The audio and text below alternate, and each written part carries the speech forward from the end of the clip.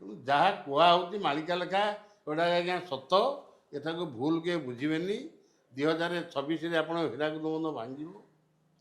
2026ରେ ତୃତୀୟ ବିଶ୍ୱଯୁଦ୍ଧ ହେବ। ଏ ଯୁଦ୍ଧରେ କେଉଁଠି ପଡ଼ିବ ବୋମା, କେଉଁଠି ରକେଟ, ଏମିତି ଗୁଡ଼ା କଥା ହେବ। ଓଡ଼ିଶାରେ ବେନି ଜିଲ୍ଲା କ୍ଷତିଗ୍ରସ୍ତ ହେବ। ବାଲେଶ୍ୱର ଖୋର୍ଦ୍ଧା ପରେ ବମ୍ ପଡ଼ିବ। ବାଲେଶ୍ୱର ଚାନ୍ଦବାଲି ଆପଣଙ୍କର ହେଉଛି ଗୋଳାବାରୁଦ କାରଖାନା ଆଜ୍ଞା ବାଲେଶ୍ୱରର। ଆଜ୍ଞା ଆଉ ଖୋର୍ଦ୍ଧା ଜିଲ୍ଲାର ହେଉଛି ନାଭାଲ। ଆଜ୍ଞା ଯେତେବେଳେ 70 ଫୁଟ ପାଣି ଫୁଲିବ, ଜଗନ୍ନାଥ ମନ୍ଦିରଟା ଆଜ୍ଞା 140 ଫୁଟ, ଆଜ୍ଞା ତାହେଲେ ସେ ମନ୍ଦିରର ଅଧା ହେଉଛି 70 ଫୁଟ, 140ରେ ଅଧା 70 ଫୁଟ। ଆଜ୍ଞା ତେଣୁ ଜଗନ୍ନାଥ ମନ୍ଦିରଟା ମଧ୍ୟ ଅଧା ବୁଡ଼ିଯିବ। ତେଣୁ ମେଘନାଥ ପାଚେରୀ ଏକା ସବୁ ବୁଡ଼ିଯିବାର ସମ୍ଭାବନା ଅଛି। ବୁଡ଼ି ତ ଯିବ ଆଜ୍ଞା, ସମ୍ଭାବନା କ'ଣ ଗୋଟେ? ଆଜ୍ଞା ସମ୍ଭାବନା ନୁହଁ, ଅନୁମାନ ନୁହଁ ଆଜ୍ଞା। ଆଜ୍ଞା 2018 ମସିହାରେ ମୁଁ କହିଥିଲି ଗୋଟେ ବାତ୍ୟା ଆସିବ। 2019 ମସିହା ବୈଶାଖ ପରେ ଫନି ବାତ୍ୟା ହେଲା କି ନାହିଁ? ଆଜ୍ଞା 2018 ମସିହାରେ ମଧ୍ୟ ମାଘ ସପ୍ତମୀ ଦିନ ମୁଁ ପୁରୀ ପ୍ରବଚନରେ ବି କହିଥିଲି ଆଜ୍ଞା ଆପଣ ଗୋଟେ ବାତ୍ୟା ବା ମହାମାରୀ ଆସିବ। ଆଜ୍ଞା ମହାମାରୀ, ତେଣୁ ପୃଥିବୀ କମ୍ପମାନ ହେବ। ଏ ପୃଥିବୀରେ ବହୁତ ଲୋକମାନେ ସବୁ ବି ପ୍ରାଣନାଶ କରିବେ। ହଁ ଖାଲି ଓଡ଼ିଶା ନୁହେଁ, ଭାରତ ନୁହେଁ, ଆପଣ ରୁଷିଆ ଆମେରିକା ଆଦି ସବୁ ନଷ୍ଟ ହେବ। କେମିତି ନଷ୍ଟ ହେବ? 49 ମୂର୍ତ୍ତି ଧରି ବହିବ ପବନ, ଦ୍ୱାଦଶ ସୂର୍ଯ୍ୟର ତେଜ ହେବ 13 ଦିନ। ଏଇ 26 ମସିହାରେ 13 ଦିନ ପର୍ଯ୍ୟନ୍ତ 12ଟା ସୂର୍ଯ୍ୟର କିରଣ ପଡ଼ିବ। ଆପଣମାନେ ଗୋଟିଏ ସୂର୍ଯ୍ୟର କିରଣକୁ ସମ୍ଭାଳି ପାରୁନାହାନ୍ତି, ଯେ 12ଟା ସୂର୍ଯ୍ୟର କିରଣ ଯେତେବେଳେ ପଡ଼ିବ 2026 ମସିହାରେ, ସେତେବେଳେ କ'ଣ ହେବ ନା ବରଫ ଗଡ଼ ରହିଛି ଉତ୍ତର ମେରୁରେ, ତରଳିବ ଧୀରେ ଧୀରେ ସୂର୍ଯ୍ୟଙ୍କ ରଶ୍ମିରେ। ଏ ରଜ ତାପେ ଯେତେବେଳେ ଏ ପୃଥିବୀ ଜଳିବ, ତେତେବେଳେ ବରଫ ଗଡ଼ଟି ତରଳିବ। ବହିବ ପାଣିର ସୁଅ ସମୁଦ୍ରକୁ ଜାଣ, ଏ ଆଟ୍ଲାଣ୍ଟିକ ବଢ଼ିଯିବ କାହିଁ କେତେ ଗୁଣ। ଭାରତକୁ ଛାଡ଼ି ଦେଲେ ସବୁ ଦେଶ ଯିବ, ଏ ମହାସାଗର ଜଳରେ ଡୁବ ମାରୁଥିବ। କିନ୍ତୁ ଭାରତ ଦେଶ ସେମିତି ସୌନ୍ଦର୍ଯ୍ୟମୟ ଉଠିବ। ଆପଣମାନେ ଜାଣୁଥିବେ ଅଯୋଧ୍ୟାରେ ରାମ ମନ୍ଦିର କେମିତି ରୂପରେଖ ବର୍ତ୍ତମାନ ପାଇଛି। ଆଜ୍ଞା ପୁରୀ ଜଗନ୍ନାଥ ମନ୍ଦିର ରୂପରେଖ କେମିତି ବର୍ତ୍ତମାନ ହେଲାଣି। ଆଜ୍ଞା ଏବେ ତାରାତାରିଣୀ ମନ୍ଦିର, ଆପଣ ତାରିଣୀ ମନ୍ଦିର ପ୍ରତି କେତେ କୋଟି ଟଙ୍କା ସାଙ୍କସନ୍ ହେଇଛି ବର୍ତ୍ତମାନ ସେଟା ସଂଯୋଗଶାଳୀ କରିବା ପାଇଁ। ଆଜ୍ଞା ଏମିତି ସବୁ ଯେତେ ଦେବାଦେବୀ ମନ୍ଦିର ଅଛି ସବୁଠି ବୈକୁଣ୍ଠପୁର ଭଳିଆ ସ୍ଥାନ ବି ଭାରତବର୍ଷ କରାଯିବ। ତେଣୁ କବି ଲେଖିଲେ, ଅଚ୍ୟୁତାନନ୍ଦ ଲେଖିଲେ, ସୃଷ୍ଟିର କରତା ପ୍ରଭୁ ଜଗତପତି ଜାଣ, ଭାରତେ ବୈକୁଣ୍ଠପୁର କରିବେ ସ୍ଥାପନ, ଚାଳ ଛଣ ଘର ଆଉ ଭାରତେ ନଥିବ, ଯହିଁକି ଦେଖିଲେ ତେଣେ କୋଠା ଘର ହେବ। କିନ୍ତୁ ଭାରତ ପ୍ରତି ଯେତେ ବିପଦ ଲେଖା ଅଛି ଆପଣମାନଙ୍କୁ ମାଳିକାକାର କହି ବହୁତ ଭୟଭୀତ କରୁଛନ୍ତି। ଆପଣମାନେ ସେଥିରେ ମୋଟେ ପଶିବେ ନାହିଁ। କିନ୍ତୁ ସେ ମାଳିକା ଅଚ୍ୟୁତଙ୍କର କାମ ଦେବ ନାହିଁ। ଅଚ୍ୟୁତ ଯେଉଁ ବିପଦ ଗୁଡ଼ାକ 26 ମସିହାରେ 27 ମସିହାରେ ଲେଖିଛନ୍ତି, ସେତେ ବିପଦ ଓଡ଼ିଶାକୁ ଘଟିବ ନାହିଁ କି ଭାରତବର୍ଷକୁ ସେତେ ଘଟିବ ନାହିଁ। ତାହା ଅନ୍ୟ ଦେଶ ପ୍ରତି ପ୍ରଯୁଜ୍ୟ ହୋଇପାରେ। 2026 ମସିହାରେ ଆଉ ଗୋଟେ ଥର ଆସିବ 2027 ମସିହାରେ। 27 ମସିହାରେ କ'ଣ ହେବ ନା ଆପଣମାନଙ୍କର 27 ଅଙ୍କେ ପୂର୍ବ ସମୁଦ୍ରରୁ ଲବଣ ଆସିବ ମାଡ଼ି, ଉତ୍ତରରୁ ଗଙ୍ଗା ଉଜାଣି ବହିବ ତହିଁ ସଙ୍ଗେ ଦେବ ଧାଡ଼ି। 27 ନକ୍ଷତ୍ରଟା ପଡ଼ିବ ବଙ୍ଗୋପସାଗରରେ, ବଙ୍ଗୋପସାଗରଟା ପାହାଡ଼ ହେଇଯିବ। ସେ ପାଣି ଗୁଡ଼ାକ ଆପଣଙ୍କର ଖଣ୍ଡଗିରି ପାଦସରେ, ସେ ଭୁବନେଶ୍ୱର ଖଣ୍ଡଗିରି, ଓଡ଼ିଶାର ଯେଉଁ ଖଣ୍ଡଗିରି ପାହାଡ଼, ଆଉ ଆପଣଙ୍କର ଧାନୁଆ ପର୍ବତ ଗୁପ୍ତ ଖଣ୍ଡଗିରି, ଏଗୁଡ଼ା ସବୁ ଜଳାର୍ଣ୍ଣବ ହେଇଯିବ। ସେପଟେ ବଡ଼ ଚଣାରୁ ଛତିଆ ବଟ ପୁଟ ଯାଏ, ବାଲିଚର ହୋଇଯିବ ଏ କଥା ନିଶ୍ଚୟ।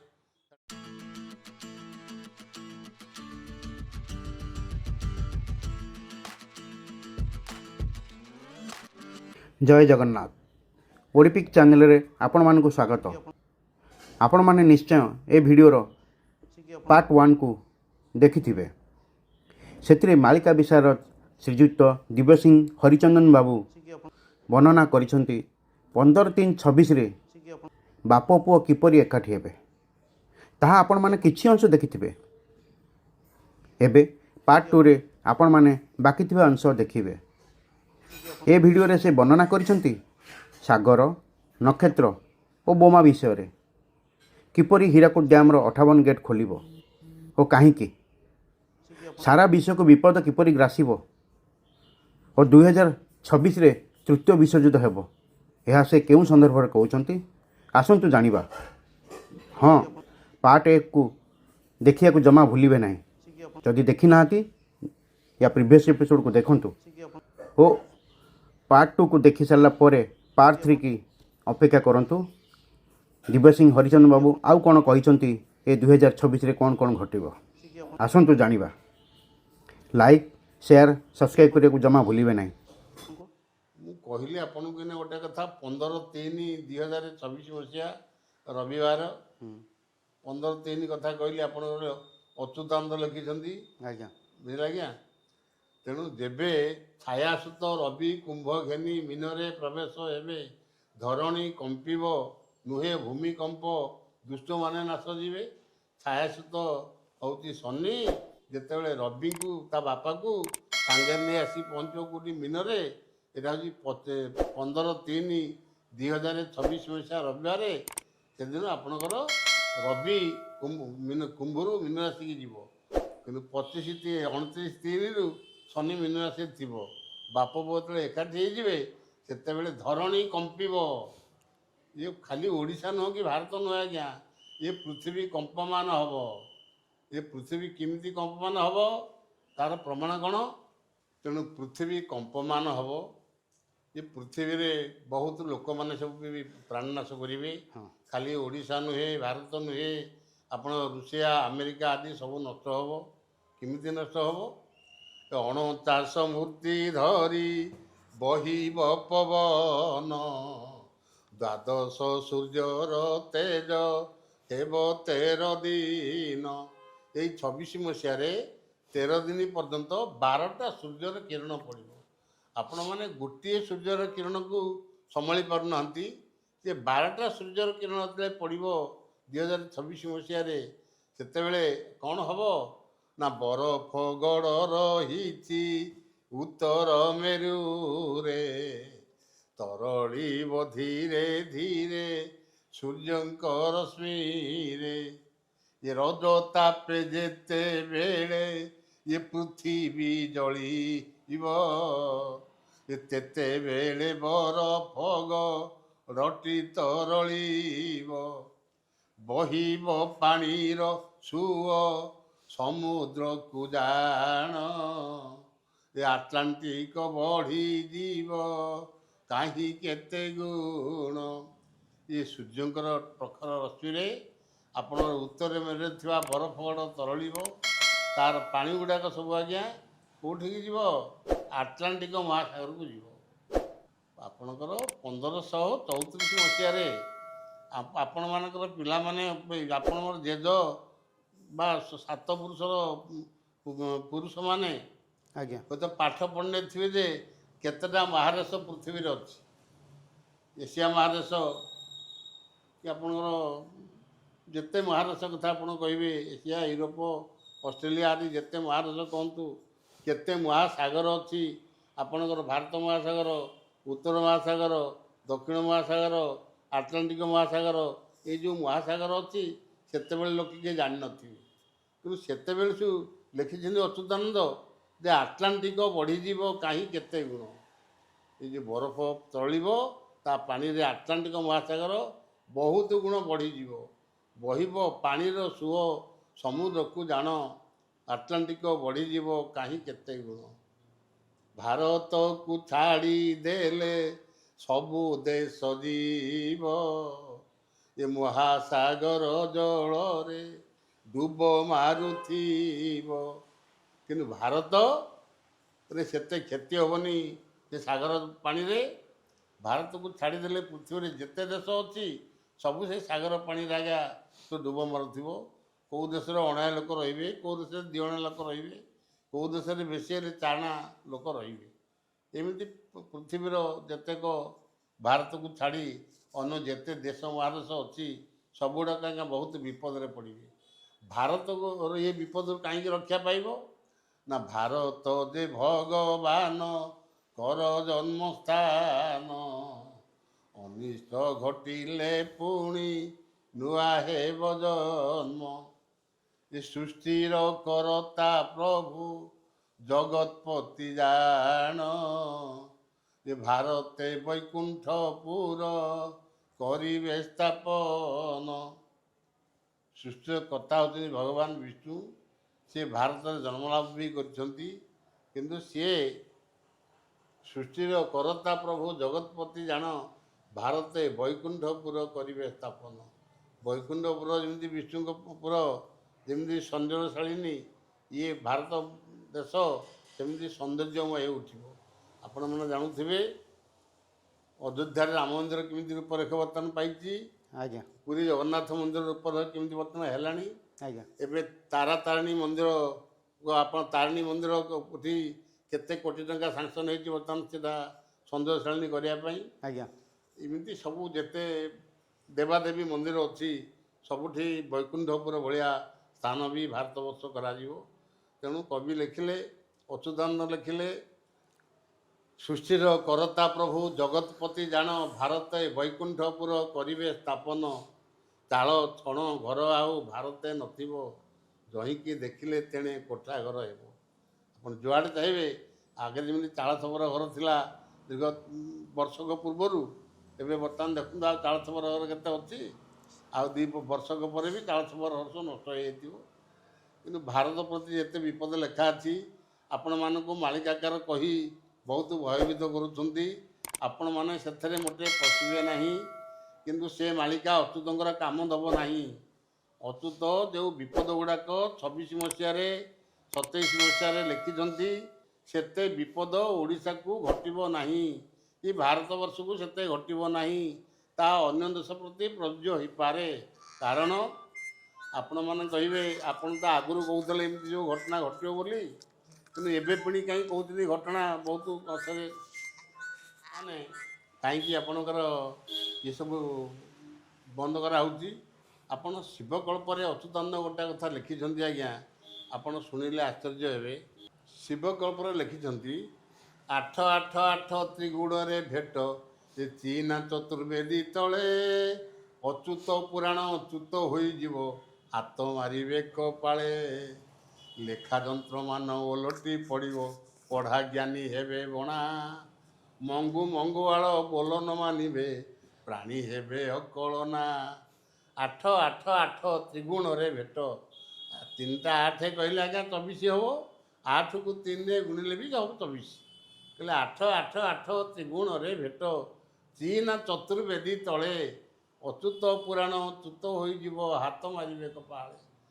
ଚୀନରୁ ଘୁରିସଭା ଆସି ଯେତେବେଳେ ଆପଣମାନଙ୍କର ଭୁବନେଶ୍ୱରରେ ବସିଥିବ, ଚାଇନା ଯେତେବେଳେ ବାରମ୍ବାର ଭାରତ ପ୍ରତି ଆକ୍ରମଣ କରୁଥିବ, ଚାଇନା ସହିତ ଯେତେବେଳେ ଭାରତର ଯୁଦ୍ଧ ଲାଗିଥିବ, ତୃତୀୟ ବିଶ୍ୱଯୁଦ୍ଧ ଯେତେବେଳେ ହେଉଥିବ, ସେତେବେଳେ ଆପଣମାନଙ୍କର ଭାରତର କମ୍ କ୍ଷତି ହେବ। କିନ୍ତୁ ଆଉ ବହୁତ ଦେଶ, ଯେତେ ଦେଶ ଅଛି, ଚାଇନା, ଆମେରିକା, ଇଂଲଣ୍ଡ, ଅଷ୍ଟ୍ରେଲିଆ ଆଦି ସବୁ ଦେଶ ଆଜ୍ଞା ବାରଣା ଲଗା ସବୁ ନଷ୍ଟ ହେଇଯିବ, କିନ୍ତୁ ଭାରତର ଆଜ୍ଞା ବାରଣା ନଷ୍ଟ ହେବ ନାହିଁ। କିନ୍ତୁ ଭାରତର ଓଡ଼ିଶାରୁ କିଛି କିୟତାଂଶ କ୍ଷତି ହେବ। ଓଡ଼ିଶାର 6ଟା ଜିଲ୍ଲା, ଯେଉଁ ଅବିଭକ୍ତ 6ଟା ଜିଲ୍ଲା ଥିଲା, ତାହା ଯାହାକି 10ଟା ଜିଲ୍ଲାରେ ବର୍ତ୍ତମାନ ପରିଣତ ହୋଇଯାଇଛି, ସେଇ 10ଟା ଜିଲ୍ଲାରେ ଯାହା ଟିକେ ଆପଣମାନଙ୍କର କ୍ଷତି ହେବ। କେଉଁ ପ୍ରକାର କ୍ଷତି ହେବ ଆପଣ କେଉଁ ପ୍ରକାର କ୍ଷତି ହେବ? ଆଜ୍ଞା କ'ଣ ହେଲେ କ୍ଷତି ହେବ? 26 ଠାବରେ ହୀରା କୁଦ ଉଛୁଳିବ, ଏ ଓଡ଼ିଶା ଅର୍ଦ୍ଧ ଭାଗ ଜଳମଗ୍ନ ହେବ। 26 ଠାବରେ ହୀରାକୁଦ ଉଛୁଳିବ। ହୀରାକୁଦ କାହିଁକି ଉଛୁଳିବ? ଯେତେବେଳେ ତୃତୀୟ ବିଶ୍ୱଯୁଦ୍ଧ ଲାଗିଥିବ ବା ହିନ୍ଦୁ ମୁସଲମାନ ଯୁଦ୍ଧ ଚାଲିଥିବ, ସେତେବେଳେ ମୁସଲମାନ ମାନେ ଆପଣଙ୍କର ହୀରାକୁଦରେ ବମ୍ ପକାଇଦେବେ। ବମ୍ ପକାଇଦେଲେ ହୀରାକୁଦର ଯେଉଁ 66ଟା ପୋଲ ଅଛି ଆଜ୍ଞା ସବୁଗୁଡ଼ାକ ଭାଙ୍ଗିଯିବ। 66ଟା ପୋଲରୁ ସବୁ ନ ଭାଙ୍ଗିଲେ ମଧ୍ୟ 58ଟା ପୋଲ ଏକାବେଳକେ ଭାଙ୍ଗିଯିବ। ତେଣୁ ପାଣି ଗୁଡ଼ାକ ଏକାବେଳକେ ଆଜ୍ଞା ବଙ୍ଗୋପସାଗର ପଳେଇବ। ହୀରା ପାରା ଦୁହେଁ ଏକତ୍ର ହୋଇବ ମନେ ରଖିଥିବୁ ପୁଅ। ହୀରାକୁଦ ଏବଂ ପାରାଦୀପ, ଆପଣ ହୀରାକୁଦଟି ଅନେଇଲେ ପାରାଦୀପ ପର୍ଯ୍ୟନ୍ତ ସବୁଆଡ଼େ ଜଳମଗ୍ନ। ପାରାଦୀପଟି ଅନେଇଲେ ହୀରାକୁଦ ଆଡ଼ିକି, ହୀରାକୁଦ ପର୍ଯ୍ୟନ୍ତ ପାରାଦୀପଠୁ ସବୁଆଡ଼େ ଜଳମଗ୍ନ ହେଇଯିବ। ତେଣୁ ଆପଣମାନେ ଜାଣନ୍ତୁ, ସମ୍ବଲପୁର ହୀରାକୁଦ ବନ୍ଧ ତଳେ ଥିବା ଦଶଣା ଅଞ୍ଚଳ, ତା ପାଖକୁ ହେଉଛି ଆପଣଙ୍କର ଅନୁଗୁଳ, ତା ପାଖକୁ ହେଉଛି ଢେଙ୍କାନାଳ, ତା ପାଖକୁ କଟକ, ତା ପାଖକୁ ଜଗତସିଂହପୁର, ଇଏ ସବୁଯାକ ଜିଲ୍ଲା ସିଧା ନେଇ ଗୋରୁ ଗାଈ ମଣିଷ ଘର ଦ୍ୱାର ଯାଇକି ଏକାବେଳେ ପୋଲ ଭାଙ୍ଗିବ ନା। ଆପଣଙ୍କର ଯେତେବେଳେ 20ଟା ପୋଲରେ ପାଣି ଛଡ଼ା ହେଉଛି, ଦକ୍ଷିଣାଞ୍ଚଳରେ କେତେ ବଡ଼, ଆପଣଙ୍କ ପୂର୍ବାଞ୍ଚଳ ଦକ୍ଷିଣାଞ୍ଚଳରେ କେତେ ବଡ଼ ବନ୍ୟା ହେଉଛି ଆପଣମାନେ ଅନୁଭୂତି ଆଣୁଥିବେ। ଯେତେବେଳେ ଏକାବେଳକେ 58ଟା ଘାଇ ଭାଙ୍ଗିବ, 66ଟି ଘାଇରୁ ପାଣି ଏକାବେଳକେ ଆସିବ, 20ଟା ଘାଇର ପାଣିକି ସମ୍ଭାଳି ପାରୁନାହାନ୍ତି ଆପଣମାନେ, ସାଙ୍ଗେ ସାଙ୍ଗେ ବନ୍ଦ କରିଦେଉଛନ୍ତି। ତାହେଲେ ବୁଡ଼ୁ ବୁଡ଼ୁ ସେ 58ଟା ଘାଇରେ ପାଣି ଆସିବ। ତେଣୁ ଏକାବେଳକେ ସବୁ ନେଇ ବଙ୍ଗୋପସାଗରରେ ପକାଇଦେବ। ଏ ଓଡ଼ିଶା ଅର୍ଦ୍ଧଭାଗ ଜଳମଗ୍ନ ହେବ। 26 ମସିହାରେ ହୀରାକୁଦ ବନ୍ଧ ଭାଙ୍ଗିବ। ପ୍ରମାଣ କ'ଣ? ଆପଣଙ୍କର ଅଚ୍ୟୁତାନନ୍ଦ ଲେଖିଲେ ହୀରାକୁଦ ଗୋଟିଏ ଶବ୍ଦ ନଥିଲା 1528 ମସିହାରେ। 1528 ମସିହାରେ ଅଚ୍ୟୁତାନନ୍ଦ ଲେଖିଲେ ହୀରାକୁଦ ନାମେ ବନ୍ଧ ହୋଇଯିବ ଓଡ଼ିଶା ରାଇଜେ ତହିଁ, ଶତ୍ରୁ ବୋମାରେ ଭାଙ୍ଗିବ ସେ ବନ୍ଧ ହୋଇଯିବ ବଡ଼ ଘାଇ। ହୀରାକୁଦ ନାମରେ ଗୋଟିଏ ବନ୍ଧ ହେବ ଓଡ଼ିଶାରେ, ସେ ଶତ୍ରୁମାନଙ୍କ ବମରେ ଭାଙ୍ଗିବ। ତେଣୁ ବଡ଼ ଘାଇ ହେଇଯିବ। ଆଉ ଓଡ଼ିଶାର ନୂଆ ପୁରୁଣା 6 ଜିଲ୍ଲା ଯାଇ, ବଙ୍ଗୋପସାଗରରେ ପଡ଼ିବେ ଏଥି ସନ୍ଦେହ ନାହିଁ। ଓଡ଼ିଶାର 6ଟି ଜିଲ୍ଲା ଯାହାକି ଆପଣ ବଙ୍ଗୋପସାଗରରେ ପଡ଼ିବେ। ୟାକୁ ବାରମ୍ବାର ବି ଅଚ୍ୟୁତାନନ୍ଦ ପ୍ରମାଣ କରିଛନ୍ତି। ବହୁତ 10-15 ଖଣ୍ଡ ମାଳିକାରେ ମଧ୍ୟ ଏ ହୀରାକୁଦ ବନ୍ଧ ଭାଙ୍ଗିବା ସମ୍ପର୍କରେ ଲେଖା ହେଇଛି। ତେଣୁ ଆପଣମାନେ ସେ ସମୟଟାକୁ ଅପେକ୍ଷା କରନ୍ତୁ। ଏଇ 6ଟା ଜିଲ୍ଲାର ଲୋକମାନେ କେମିତି ବଞ୍ଚିବେ, ତେବେ ଈଶ୍ୱରଙ୍କୁ ଆପଣମାନେ ଆରାଧନା କରନ୍ତୁ। ରକ୍ଷେ ହରି ମାରେ କୌନ, ଯେମିତି ଭାଷା ଅଛି, ହରି ରଖିଲେ କେହି ମାରିପାରିବେନି, କି ହରି ମାରିଲେ କେହି ରକ୍ଷା କରିପାରିବେ ନାହିଁ। ତେଣୁ ଯେତେବେଳେ ଏମିତି ପାଣି ଆପଣମାନଙ୍କର ଆସିବ, 2 ଥର ପାଣି ଆସିବ ଆପଣମାନଙ୍କ ପାଇଁ। ଗୋଟିଏ ଥର 2026 ମସିହାରେ, ଆଉ ଗୋଟିଏ ଥର ଆସିବ 2027 ମସିହାରେ। 27 ମସିହାରେ କ'ଣ ହେବ ନା, ଆପଣମାନଙ୍କର 27 ଅଙ୍କେ ପୂର୍ବ ସମୁଦ୍ରରୁ ଲବଣ ଆସିବ ମାଡ଼ି, ଉତ୍ତରରୁ ଗଙ୍ଗା ଉଜାଣି ବହିବ ତହିଁ ସଙ୍ଗେ ଦେବ ଧାଡ଼ି। 27 ମସିହାରେ ମାନେ ପାଣି କେମିତି ମାଡ଼ି ଆସିବ? ଆପଣମାନେ 10 ଅବତାର ସବୁବେଳେ ପାଠ କରୁଛନ୍ତି, ଆଜ୍ଞା। ଜୟଦେବଙ୍କର 10 ଅବତାର। 10 ଅବତାର ପ୍ରଥମ ଅବତାର ଯେଉଁ ପଢ଼ୁଛନ୍ତି ଆପଣମାନେ, ପ୍ରଳୟ ପୟୋଧି ଜଳେ ଧୂତ ବାହନ ସେ ଭେଦଂ, ବିହିତ ବହିତମ ଚରିତମ ଖେଦଂ, କେଶବ ଧୂତଂ ମୀନ ଶରୀରଂ ଜୟ ଜଗଦୀଶ ହରେ। ପ୍ରଥମ ପଦ ପଢ଼ୁଛନ୍ତି। ତାର ଲାଷ୍ଟ ପଦ କ'ଣ ନା, ମ୍ଲେଚ୍ଛ ନିବହ ନିଧନେ କରୟସି କର ବାଳଂ, ଧୂମକେତୁ ମିବ କିମପି କରାଳଂ, କେଶବ ଧୂତଂ କଳ୍କି ଶରୀରଂ ଜୟ ଜଗଦୀଶ ହରେ। ଭଗବାନ କଳ୍କିରାମ ଶରୀର ଧାରଣ କରିବେ, ସେତେବେଳେ କ'ଣ ହେବ ନା, ଧୂମକେତୁ ମିବ କିମପି କରାଳଂ। 10 ଅବତାରରେ ଜୟଦେବ ଲେଖିଲେ ଗୋଟା କରାଳ କି ଭୟଙ୍କର ରୂପ ଧାରଣ କରି ଗୋଟା ଧୂମକେତୁଟେ ଆଜ୍ଞା ଛିଡ଼ି ପଡ଼ିବ। ଆପଣଙ୍କର କଣାସ ପାଖ ବା ଡେଲାଙ୍ଗ କଣାସ ମଧ୍ୟସ୍ଥ ବେନୁପଡ଼ା ଗାଦିର ମହନ୍ତ ଆର୍ତ୍ତଦାସ ଲେଖିଲେ ୟାରି ପରେ ଲଞ୍ଜା ନକ୍ଷତ୍ର ପଡ଼ିବ ଛିଡ଼ି, ସେ ଦକ୍ଷିଣ ସମୁଦ୍ରେ ପଡ଼ି, ଏ ପୃଥ୍ୱୀ 8 କୋଶ ପଡ଼ିବ ମାଡ଼ି, ସୁଜନେ ଦେବ ପାପୀଙ୍କ ବେକକୁ ମୋଡ଼ି। ୟା ପରେ ଆର୍ତ୍ତଦାସ ଲେଖିଲେ ବି ଲଞ୍ଜା ନକ୍ଷତ୍ର ପଡ଼ିବ ଛିଡ଼ି, ଦକ୍ଷିଣ ସମୁଦ୍ରରେ ପଡ଼ି, ଦକ୍ଷିଣ ସମୁଦ୍ର ଗଲେ ଆପଣମାନଙ୍କର ବଙ୍ଗୋପସାଗର ପୂର୍ବ ଦକ୍ଷିଣ ମାଡ଼ିକି ଅଛି। ପୃଥ୍ୱୀ 8 କୋଶ ପଡ଼ିବ, ତ ସମୁଦ୍ରରେ ପଡ଼ିବ, ପୁଣି ସ୍ଥଳ ଭାଗରେ 8 କୋଶ ମାଡ଼ିକି ପଡ଼ିବ। ସେ ସ୍ଥଳ ଭାଗରୁ 8 କୋଶ ପର୍ଯ୍ୟନ୍ତ ସେ ମାଡ଼ି ପଡ଼ିଛି ସେ ଲଞ୍ଜା ନକ୍ଷତ୍ରଟା। ଆଜ୍ଞା। ସୁଜନେ ହେ ଦେବ ପାପୀଙ୍କ ବେକକୁ ମୋଡ଼ି। ତେଣୁ ଯେଉଁଠି ପଡ଼ିବ ସେ ନକ୍ଷତ୍ର, ଲଞ୍ଜା ନକ୍ଷତ୍ର, ସେ ଜାଗାଟା ପାହାଡ଼ ହେଇଯିବ। ଆପଣ ଜାଣନ୍ତି ସୂର୍ଯ୍ୟ ଗୋଟିଏ ନକ୍ଷତ୍ର, ସୂର୍ଯ୍ୟକୁ ନକ୍ଷତ୍ର ବୋଲି କୁହାଯାଏ ଆଜ୍ଞା। ଆଜ୍ଞା ସିଏ ପୃଥିବୀର ହେଉଛି 2.5 ଗୁଣ ଆୟତନରେ, ପୃଥିବୀର 2.5 ଗୁଣ। ଗୋଟିଏ ସୂର୍ଯ୍ୟ ଛିଡ଼ିଲେ ଏ ପୃଥିବୀରେ ସେ ବଞ୍ଚିବ ନାହିଁ। ଏମିତି 2.5ଟା ପୃଥିବୀ ସେ ନଷ୍ଟ କରିଦେବ। ଏବେ ନାସାର ବୈଜ୍ଞାନିକ ମାନେ କହିଲେଣି ସୂର୍ଯ୍ୟ ହେଉଛନ୍ତି ପୃଥିବୀର 100 ଗୁଣ ଆୟତନରେ। ଆଚ୍ଛା କିନ୍ତୁ ଆଗେ କାଳେ ଋଷିମୁନିମାନେ ଲେଖିଛନ୍ତି, ଆମେ ମଧ୍ୟ ପାଠ ପଢ଼ିଲା ବେଳେ ପାଠ ପଢ଼ୁଥିଲୁ, ପୃଥିବୀ ହେଉଛି ସୂର୍ଯ୍ୟଙ୍କର ସୂର୍ଯ୍ୟ ହେଉଛନ୍ତି ପୃଥିବୀର 2.5 ଗୁଣ ଆୟତନରେ। ତେଣୁ ସିଏ ଗୋଟେ ନକ୍ଷତ୍ର ଛିଡ଼ି ପଡ଼ିଲେ ପୃଥିବୀରେ ବଞ୍ଚିବନି। କିନ୍ତୁ ଇଏ ଗୋଟେ ଛୋଟିଆ ନକ୍ଷତ୍ରଟେ ପଡ଼ିବ କେଉଁଠି ବଙ୍ଗୋପସାଗରରେ। ବଙ୍ଗୋପସାଗରଟା ପାହାଡ଼ ହେଇଯିବ। ପାହାଡ଼ ହେଇଗଲେ ସେ ପାଣି ଗୁଡ଼ାକ କାଢ଼ି ଯିବ ନା ଉନ୍ମତ୍ତ ସାଗର ହେବ ବଳିୟାର, ଏ ଖଣ୍ଡଗିରି ଦେଖିଯିବ ପର୍ବତ ପରାୟ ଏ ସମୁଦ୍ର ରାଜା ଲହଡ଼ି ଘେନି ଆସିବ। ଉନ୍ମତ୍ତ ସାଗର ହେବ ବଳିୟାର, ଖଣ୍ଡଗିରି ଦେଖିଯିବ। ଯେତେବେଳେ ନକ୍ଷତ୍ରଟା ପଡ଼ିବ ବଙ୍ଗୋପସାଗରରେ, ବଙ୍ଗୋପସାଗରଟା ପାହାଡ଼ ହେଇଯିବ। ସେ ପାଣି ଗୁଡ଼ାକ ଆପଣଙ୍କର ଖଣ୍ଡଗିରି ପାଦସରେ, ଭୁବନେଶ୍ୱର ଖଣ୍ଡଗିରି, ଓଡ଼ିଶାର ଯେଉଁ ଖଣ୍ଡଗିରି ପାହାଡ଼, ଆଉ ଆପଣଙ୍କର ଧାନୁଆ ପର୍ବତ ଗୁପ୍ତ ଖଣ୍ଡଗିରି, ଏଗୁଡ଼ା ସବୁ ଜଳାର୍ଣ୍ଣବ ହେଇଯିବ। ସେପଟେ ବଡ଼ ଚଣାରୁ ଛତିଆ ବଟ ପୁଟ ଯାଏ, ବାଲି ଚର ହୋଇଯିବ ଏ କଥା ନିଶ୍ଚୟ। ସାଡ଼େ ବାଲେଶ୍ୱର, ଭଦ୍ରକ, ଯାଜପୁର ବୁଡ଼ିକିରି ଆଡ଼ିକି ଆପଣଙ୍କର ଛତିଆ ବଟ ପାଖରେ ପାଣି ପହଞ୍ଚିବ। ଏପଟୁ ଖଣ୍ଡଗିରି ପାଦରେ ଯାଇ ପାଣି ପହଞ୍ଚିବ। ତେଣୁ ଇଏ କେତେ ଫୁଟ ସମୁଦ୍ର ଫୁଲିବ? ଆପଣଙ୍କର ସମୁଦ୍ର ପତନ ଠାରୁ, ପୁରୀ ସମୁଦ୍ର ପତନ ଠାରୁ ଭୁବନେଶ୍ୱର ଖଣ୍ଡଗିରି ଉଚ୍ଚତା ହେଉଛି କେତେ ଆଜ୍ଞା? 70 ଫୁଟ। ଆଜ୍ଞା 70 ଫୁଟ ହେବ ପାଣି ଲାଗିବ ଭୁବନେଶ୍ୱର ଖଣ୍ଡଗିରି। ମାଧବାଙ୍କ ଆଶ୍ରମ ସୁଧୃମା ଭବନ ପାଖରେ ଯାଇ ପାଣି ଲାଗିଯିବ। ଆଜ୍ଞା ତେଣୁ ଯେତେବେଳେ 70 ଫୁଟ ପାଣି ଫୁଲିବ, ଜଗନ୍ନାଥ ମନ୍ଦିରଟା ଆଜ୍ଞା 140 ଫୁଟ। ଆଜ୍ଞା ତାହେଲେ ସେ ମନ୍ଦିରର ଅଧା ହେଉଛି 70 ଫୁଟ, 140ରେ ଅଧା 70 ଫୁଟ। ତେଣୁ ଜଗନ୍ନାଥ ମନ୍ଦିରଟା ମଧ୍ୟ ଅଧା ବୁଡ଼ିଯିବ। ମେଘନାଥ ପାଚେରୀ ଏକା ସବୁ ବୁଡ଼ିଯିବାର ସମ୍ଭାବନା ଅଛି। ବୁଡ଼ି ତ ଯିବ ଆଜ୍ଞା, ସମ୍ଭାବନା କ'ଣ ଗୋଟେ? ଆଜ୍ଞା ସମ୍ଭାବନା ନୁହଁ, ଅନୁମାନ ନୁହଁ ଆଜ୍ଞା। ଆଜ୍ଞା 2018 ମସିହାରେ ମୁଁ କହିଥିଲି ଗୋଟେ ବାତ୍ୟା ଆସିବ। 2019 ମସିହା ବୈଶାଖ ପରେ ଫନି ବାତ୍ୟା ହେଲା କି ନାହିଁ? ଆଜ୍ଞା 2018 ମସିହାରେ ମଧ୍ୟ ମାଘ ସପ୍ତମୀ ଦିନ ମୁଁ ପୁରୀ ପ୍ରବଚନରେ ବି କହିଥିଲି ଆଜ୍ଞା ଆପଣ ଗୋଟେ ବାତ୍ୟା ବା ମହାମାରୀ ଆସିବ। ଆଜ୍ଞା ମହାମାରୀ 2 ବିଷ ଦେବେ ବର୍ଷ ବୋଲାଇବ, ମହାବୀତିପାତ ହେବ, ଅଜଣା ରୋଗରେ ନାଶ ଯିବେ ସର୍ବେ, ହାହାକାର ପଡ଼ିଯିବ ବହୁ ମହାମାରୀ, ବିଚକ୍ଷଣ ଭାବେ ଗ୍ରାସିବେ ସାରା ଅବନି, ବୁଦ୍ଧି ବଳ ସବୁ ବିଫଳ ହୋଇବ, ପଥ୍ୟାପଥ୍ୟ ମିଳିବନି। 2 ବିଷ, ବିଷ କହିଲେ 20, 2ଟା ବିଷ ଅର୍ଥ 2ଟା 20 ଲେଖିଦେଲେ 2020 ମସିହା ହେଲା। 2020 ମସିହାରେ ଆପଣଙ୍କର ବହୁ ମହାମାରୀ ବିଚକ୍ଷଣ ଭାବେ ଗ୍ରାସିବ ସାରା ଅବନି।